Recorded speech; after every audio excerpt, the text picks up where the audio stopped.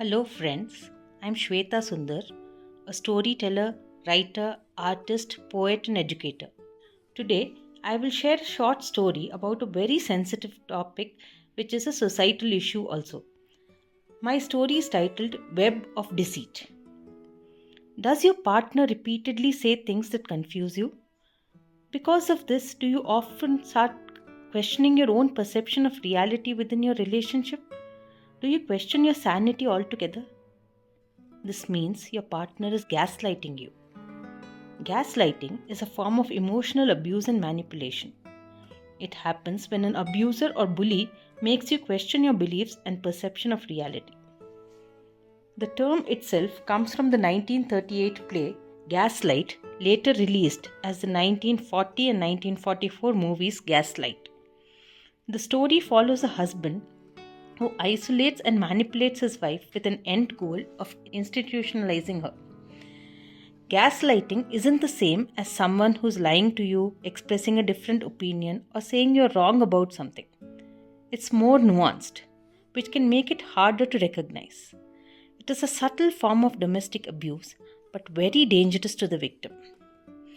The protagonist of my story is Pramila, who is gaslighted by her husband Prakash and loses her self esteem and sense of self worth. She is trapped in the web of deceit and lies that he spins around her. Will she be able to come out of this tangle of self-shame? Let us find out. Thu, what kind of food is this? Even a dog won't eat it. You haven't even learned the mundane chores of a housewife like cooking and cleaning. Prakash threw the plate of parathas right at Pramila's face. It missed her eye just by a few inches. Pramila silently cleaned up the mess, offering to make fresh parathas for Prakash. As though they will be any better. Spare me the torture. I will eat on my way to office, he said, and stormed off in a fit of rage. This behavior wasn't new for Pramila. Nothing she did was ever enough for him, and he would always find fault with her looks, her activities, her opinions, her feelings, practically everything.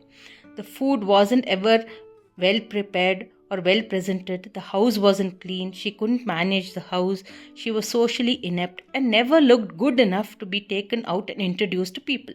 She was plump, dark, her teeth were crooked, her smile lopsided, her English was a little too basic.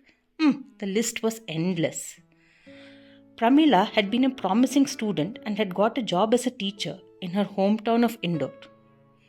However, as soon as her marriage was fixed to Prakash, and she had to move to Mumbai, he had asked her to quit her job. Her parents had also insisted, saying, "Why do you need to work, beta? Jamaiji will provide you with everything. He is a high-ranking official in the central government and you can live like a Maharani." Pramila had tried her best to convince all of them, but in vain. Here she was, a decade later, in a big bungalow, with a slew of servants but an object of domestic abuse and ridicule. They didn't have any children, but even that was attributed to Pramila's infertility and sexual coldness. एक बच्चा भी नहीं कर सकती, Prakash and her in-laws had jeered at her. Prakash had never felt the need to get himself tested, saying, "My virility and fertility were never under the scanner. You are inadequate in that aspect as well." He had pronounced the verdict. After the wedding, Pramila had realized that Prakash was a megalomaniac and got a high by putting people down.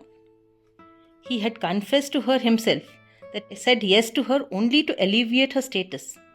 He wasn't very enamored by her looks, education, or personality.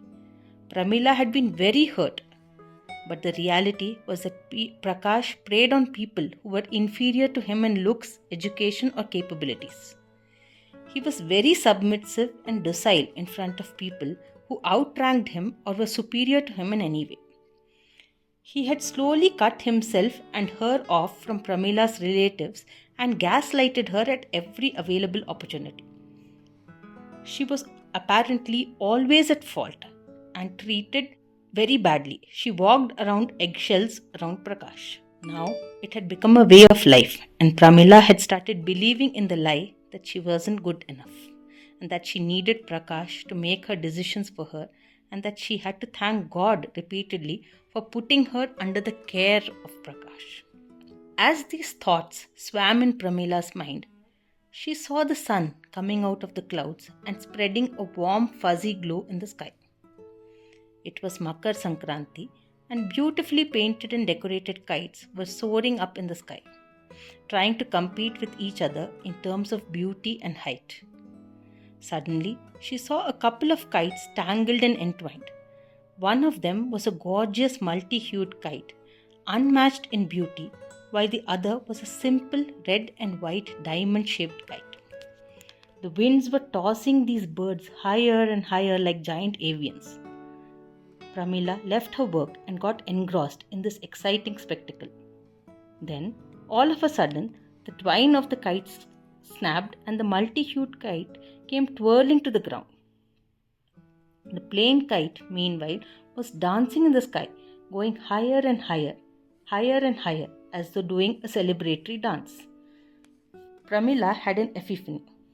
She decided to look within and stop being a victim from that day on. So what if she was plain and mediocre? She still had the ability to stand out and be respected for herself. Just as the sun had transitioned from south to north on Sankranti, she decided to transition from being a victim of abuse to being a person who valued her worth and loved herself. She went inside the house with a new resolve and enabled with a new personality. The change had finally happened. Friends, do post in your comments and views about my story. Please do remember that all of us are special and unique in our own way. Be kind to yourself, love yourself, and remember to believe in your inner power. Thank you and be well.